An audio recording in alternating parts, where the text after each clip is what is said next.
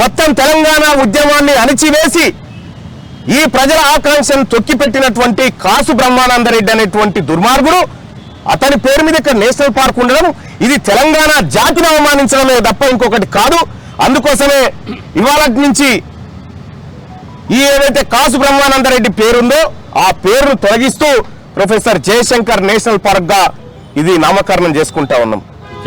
అయితే ఇక్కడ ప్రభుత్వాన్ని పేరు మార్చుడు కాలం మేము డిమాండ్ చేస్తలేం కానీ ఆ నరరూప రాక్షసుని విగ్రహాన్ని అక్కడి నుంచి తొలగించి అక్కడ ప్రొఫెసర్ జయశంకర్ సార్ విగ్రహాన్ని మీరు పెట్టండి అని చెప్తా ఉన్నాం.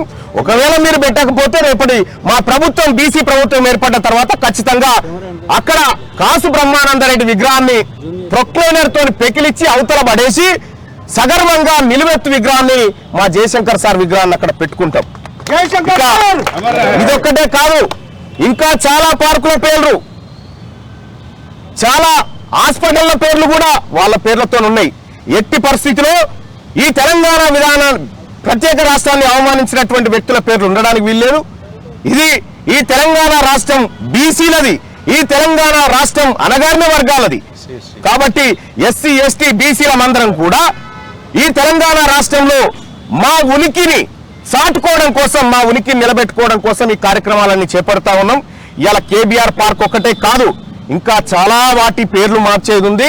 ఆ పరంపర ఉద్యమ కార్యాచరణగా ముందుకు తీసుకొని పోతాం.